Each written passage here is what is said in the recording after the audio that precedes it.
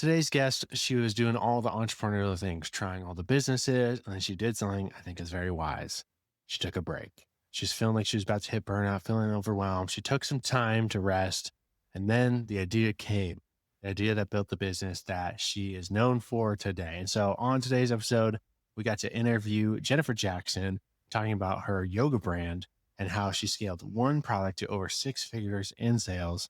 So listen in to her entrepreneur journey today. All right. Welcome, Jennifer, to the Rainmaker Family Show. Thank you.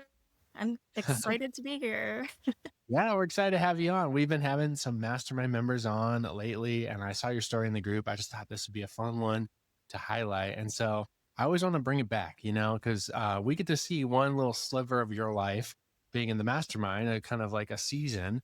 But I'm curious, were you entrepreneurial before the Rainmaker Mastermind? Did you have other things going? Or was this kind of your first entrepreneurial venture? No, I would say I started my entrepreneurial venture back in 2003, maybe. Wow. Yeah, a long, long time ago. And I dabbled in a lot of different things. I think my first was like selling this musical kids product, Wow. it was Okay. an MLM type of thing. Yeah. Was it And online or more like door to door, person to person party style? it was parties. Okay, Yeah. parties. Yeah. Yeah. Yeah. And I did a few of those things, I'm like, I don't know. I was just trying to do different things and I don't know, nothing really stuck with me. I also was a real estate agent for a Okay. period of time. I got into Bitcoin. I did, affiliate marketing, network Okay. marketing, also Wow. probably everything. Yeah. Yeah. Wow. Okay. So you're a woman of many talents, a dabbler like myself. Just like Yeah. I like to do all the things, learn all the things, and Yep. now here we are building an e-commerce brand. So Right. we'll talk about Right. that a little bit. I'm curious, like when you came into our world, so you had a little bit of entrepreneurial experience, technology experience, Bitcoin, that type of thing. What was like the biggest mindset shift for you in the early days of learning e-commerce, learning to create a product, launch a product? That's a whole nother territory for you. Do you remember back like what was a big breakthrough or kind of wall that you ever kind of a mindset shift? Well, so I think, I did take a break. So before I started, my e-commerce business, I took like a year-long break because Oh I wow. was kind of burnt out. But I think, you know, my mindset has always been, I always was driven to do something more for myself and for my family. And I don't know, I feel like I always had that mindset, even though I failed or it didn't work out for me for those other opportunities.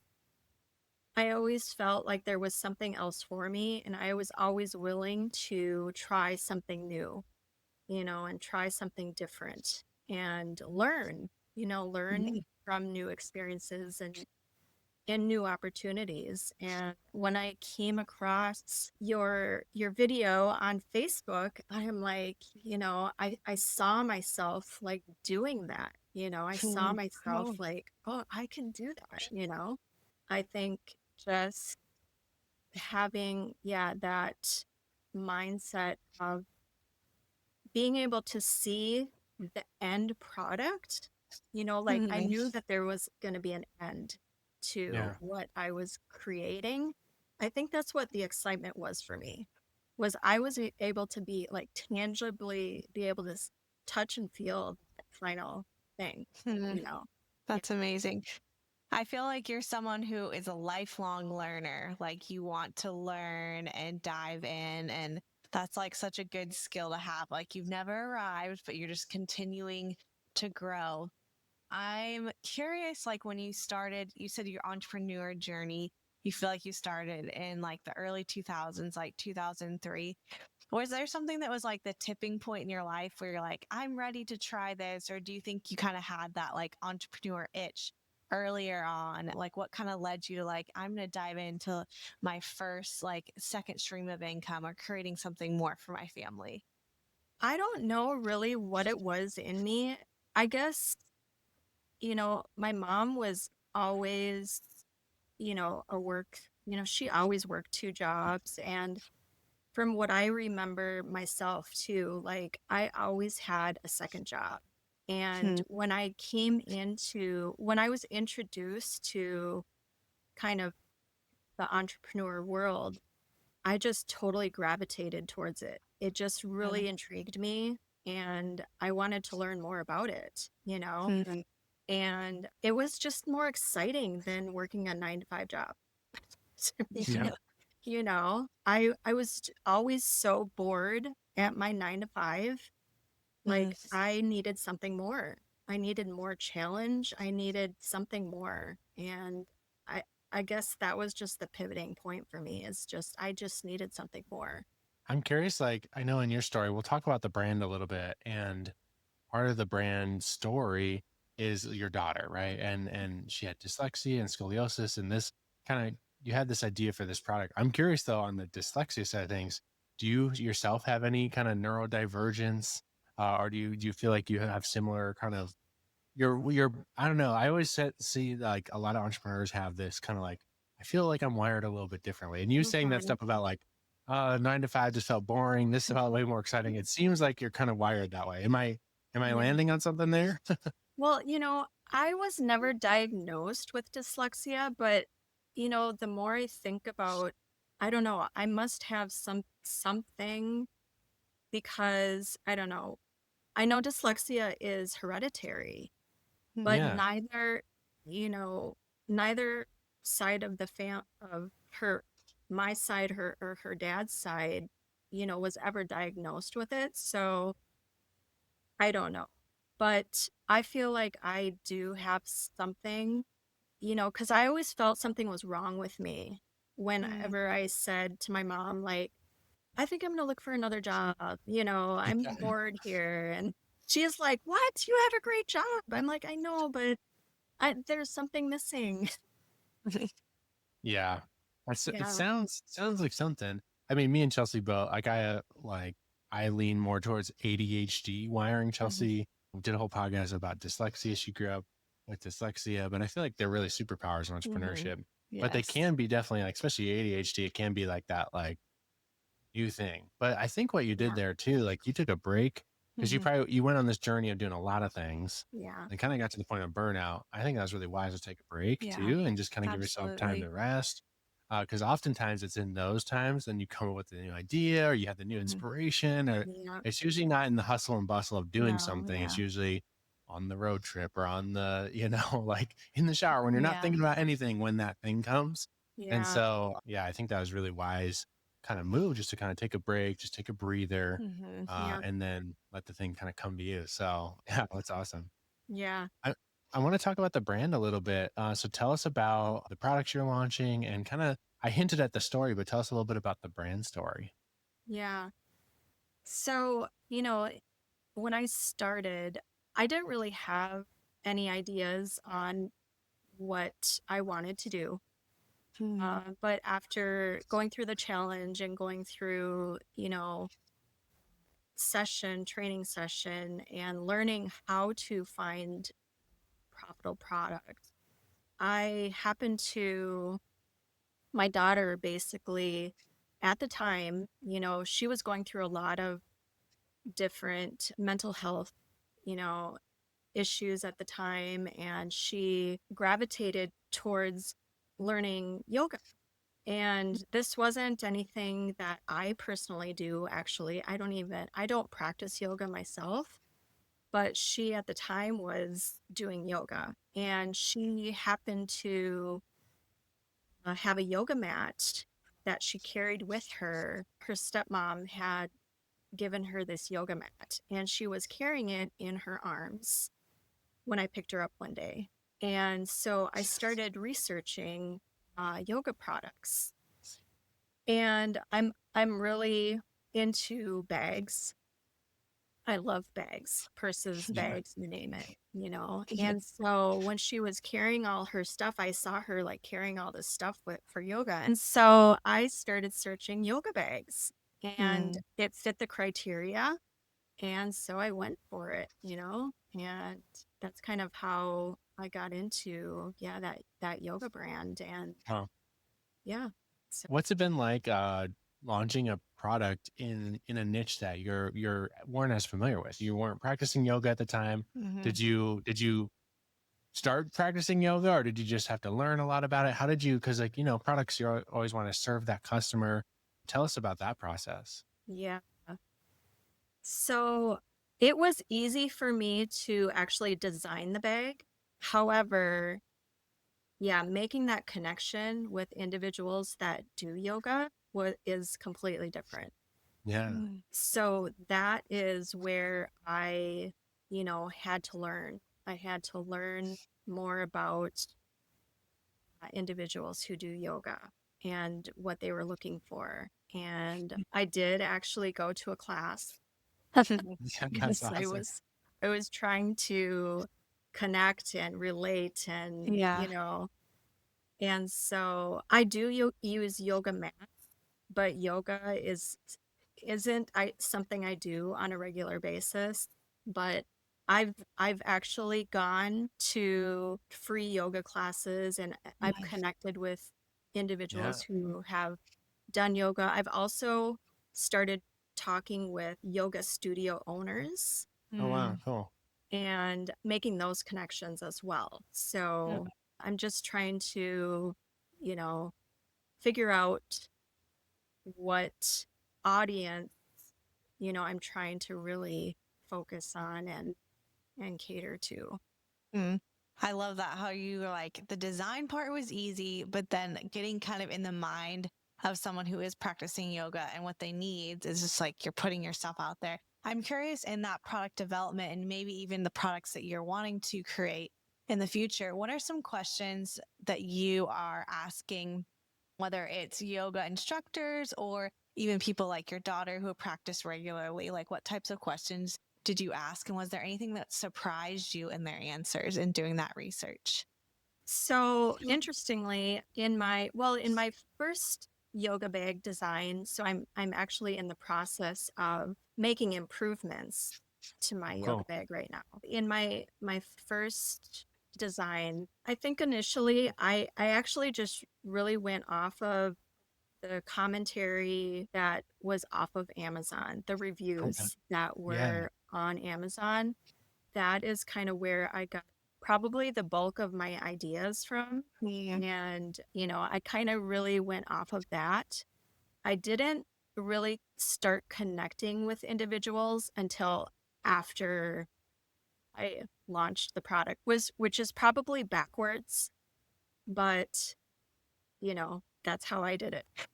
Yeah. Yeah. Well, you were connecting with the audience and getting their feedback. Was there anything like now that you are making improvements? Is there anything in the bag that you're like, oh, I didn't think about that?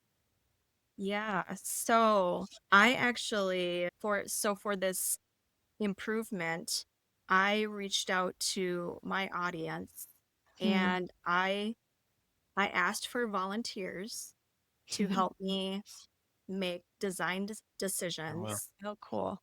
for the improved yoga bag. And I have 3 volunteers Wow, that's that awesome. is helping me.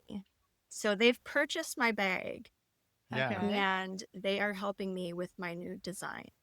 That's That's awesome. awesome. Yeah. I mean, I think that's such a key Yeah. piece of wisdom. You always want to be listening to the person who's voting with their wallet, right? Yeah. Like, and if there's a way you can make it better, small tweaks, sometimes it's just the smallest thing. You're like, Yeah. oh, this zipper, if you just did it this way, it'd be easier for me to Yeah. whatever.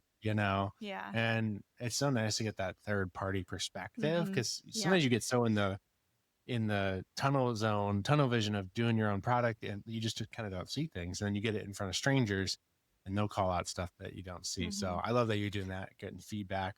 Yeah. from the audience. That's so Well, even powerful. beyond that, it's like those paying customers, especially because they've already paid for your bag and now they're a part of the process. They Hmm. almost kind of become like your marketing, I'm assuming they're women marketing girls, Yeah. for you, that are then taking their bag to classes and to places. So I think that's a really smart way to do it, especially if they've already bought your product and loved it and then just want to expand to make it better for themselves and for other people like them. Yeah. Yeah, exactly. Exactly.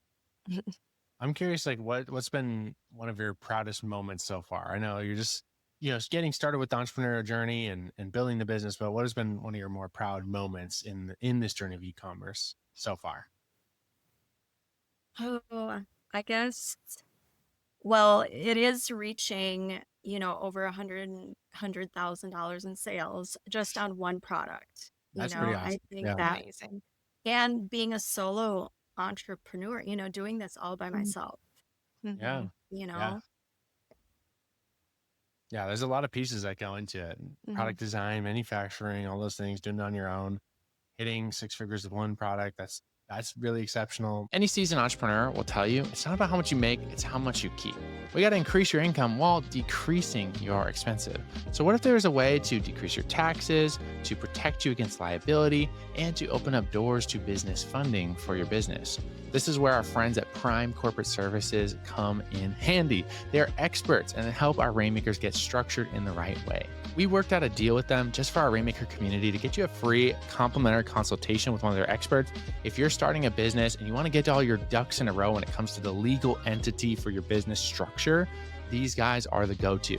If for a similar package, you would pay like $1,200 on LegalZoom, but this company gives our Rainmaker family a serious hookup. Not only can Prime help you out with getting all your business entities set up, they can help you with your taxes as your business is rolling, and eventually help you with even estate planning for your family legacy. We put all the info on rainmakerfamily.com/deals. Go there, you can book a free complimentary consultation with Prime Corporate and get set up today. Again, that's rainmakerfamily.com/deals. What about like looking back? What's one like, do you have any strategy or tools or a piece of advice you'd give yourself kind of if you were just getting started or another person listening that might be just getting started? I would say for me, I try to get a lot of different perspectives from, different individuals and just a lot of different resources. Mm-hmm. And I really kind of research and figure out and, you know, make a business decision, Mm-hmm. Yeah. what I'm going to do and the path that I'm going to go. And so I just feel like, being a business person, you really have to know and be open to different paths. And if one path doesn't work, be open to pivoting Mm-hmm. and going down, another path. Hmm. I love those takeaways. I might like pull on a couple of questions from different things that you said. I'd love to know first off, you're talking about like mindset being really important in business, and we 100% agree. What are some of those big mindset takeaways or shifts that you maybe have learned in Rainmakers or even in other business opportunities that you feel like has been invaluable for you to have as an entrepreneur yourself to keep going in the process?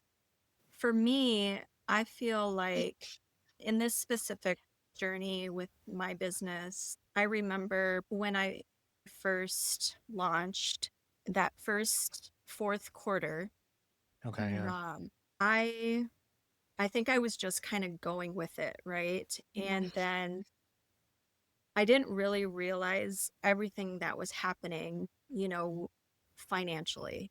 It was just going, right? Like Yeah. I'm getting all these sales. I'm like, oh yeah, everything's great. And then January comes around and I get like, I would just realize how much advertising I've been spending and like just Totally. all these expenses. And I started to panic. I'm like, oh my gosh, I didn't realize you really have to understand your finances. And I had to make a huge decision. Otherwise, my I feel like at that time my company would have just folded if Mm, I wouldn't have had that mindset to figure out something, you know? And so, yeah, having that mindset to push forward and get over that hump is crucial, because there's going to be times where you're in that position where you have to really, you know, figure out what is your next move. And I had to just keep telling myself, I got to figure this out, and I just pushed myself to figure it out, and it was scary, it's scary. You have a lot of online, with Mhm. everything going on. And so I think just having that mindset to push forward and mhm, believe that you're going to make it through, Yeah. and having that support of the Rainmaker, actually, the Rainmaker group, having that support group is just crucial too. Just being around people that are going through it and can relate to what you're going through is so mhm, critical. mhm. Yeah. That's huge. I think we've all had those scary moments in Yeah. business where it's like, it feels like this is make or break. If Mhm, if this keeps going, it'll take this thing out, like I keep Yeah. spending this much or this percentage on ads, and you have to make these powerful moves and shifts to go, no, Mhm. I'm gonna make it through this thing, yeah. but something does need to change. So Mhm, Yeah. way to go making that move, because that is like one of those kind of like, I feel like it's like, if this is a video game, the video game of entrepreneurship, that's like a boss, right? That's mhm, like one of the bosses you have to conquer to go to the next level. mhm, And you did Mhm. that, which is really powerful. And I'm sure setting you up for even more profitable year this year going into Q4. You won't you it's like you can't have that unless you learn those hard lessons, right? mhm. And you Right. learn kind of like, Yeah. okay, actually I need to do this Yeah. differently. It's So true. Go. in hindsight, you'll be thankful, but in the moment, it's super scary, It is. right? Yeah. Yeah. Oh Yeah. my God. Exactly. Yeah. Yeah. Was there something else you said there's a couple things you want to pull on in that? Yeah, you were talking about Oh resourcefulness yeah. Yeah. and also as a business owner, there's so much advice and there's so many opinions, even in like our Oh Rainmaker yeah. community, as far as like people saying, I outsource, this part of my business or don't outsource it yet. And you kind of like, you are the business owner. Stephen and I, we want to give you the vehicle and all the tools and all the training. But at the end of the day, like, just like you've done, Jennifer, like you are driving the ship. It is Hmm. your business with your name on it. You're the one getting paid and paying, all of that. And so I love that you have this perspective of like, you have to kind of have some parameters or buffer in what business choices that you're going to make. So I'm wondering for you, Jennifer, having experience in entrepreneurship, what were some of those lanes or boundaries that you've put up in place for your business that are kind of like those, it's like the flashlight in the dark, it's the compass that is getting you through when you're trying to make a big decision and whether it's right for you and your business. So, what are some of those things that you put in place that you feel like really important to you? So one of the things that, I've been going back and forth on, for the longest time is like, do I, you know, bring in another product? Like Mm. I struggled with it, like Yeah. back and forth, like, yep, I'm gonna do it. Whoa, wait a minute, maybe I'm Yeah. not ready for that yet, And I know, Rainmakers, there was a lot of talk about, you know, adding another product, and I think it gets talked about a lot, right, in the Yeah. community, just adding other products to your brand. Mhm. And I kept thinking about it, and I'm like, but then I read that one book, 12 Months to a Million, Yeah. Yeah. which is also recommended. Yeah. And I've heard it also in other groups that you should always, and this is just my opinion, or what I felt was right for me anyways, Mhm. that I should focus on what I have right now. I knew my product was good, Mhm. Mhm. so I felt like I really needed to get that one right Yeah. Mhm. before I started another product. I focused, and I'm still really focusing on my one product Mhm. before I start another product. Because if I start another product, my first one is, it's not going to be to where I know it can. And so that's one area where I didn't follow kind of what everybody else was doing. I Mhm. Mhm. followed what I felt was best for my business and for me. That's really powerful. I think Yeah. not all products can go the distance, right? With like, there's just not, sometimes these niche products, there's only so much volume, right? And so it's like Yeah. you kind of hit the ceiling on it. But for this niche, yoga is a huge niche, right? Mhm. And it's cool because that book, he built a yoga brand too, right? So you hear him talking about the yoga customer Mhm. in there. Yeah. And it's so powerful. I think like if you only Mhm. have so much energy, only so much time, optimizing that same thing and really Yeah. maximizing it. I mean, Yeah. you could probably generate 7 figures on this product with enough focus and just like maximize it on Amazon, maximize it off Amazon. It could really be your hero product. That's what we call it, right? Where it's like this one product can lead to all these other things. Mhm. And then all the other products, if you do launch those at some point, they're just overflow from this main one that kind of brings Mhm. Mhm. people in. And so I think Yeah. that's a great strategy. And I love that idea. We're big fans of like focus. I think some Mhm. people want to build the brand and build three, four, Mhm. five products to diversify. But I think sometimes people do this with income streams too. I was just talking to a business group and I was kind of telling them like, everyone hears this quote, like the average millionaire has 7 streams of income and then they try to start 7 side hustles. But Mhm. like most millionaires make their income through one thing Yeah. and then it diversifies. Same thing with Mhm. products. If you have one that really has legs to kind of grow and you see Mhm. that potential, Mhm. 100%. I love what you're Mhm. doing. Just lean in, make it better, listen to customers, improve it, create a product that's going to go the distance, not just be like taken out by the latest competitor. Mhm. You're building something that has what we call a moat around it, right? You're going to have so many reviews, Yeah. so many people that have positive experience with this product. It's going to be really hard to knock it off, and compete with, that's awesome.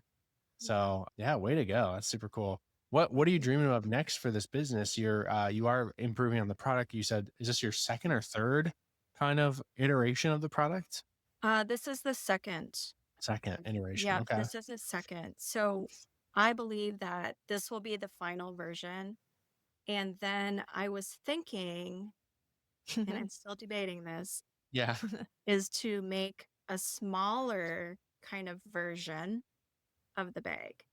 Okay. This Because bag, I'm one of the getting, features, it's like pretty big, right? It's like you can fit yes, everything in there, which is not as yes, common with yoga bags. right. Yeah. So it's interesting because the reviews or the people that have, returned the bag, a lot of the people that have returned the bag said it's too big. It's funny. Like that's exactly why I made it. Right. That's funny.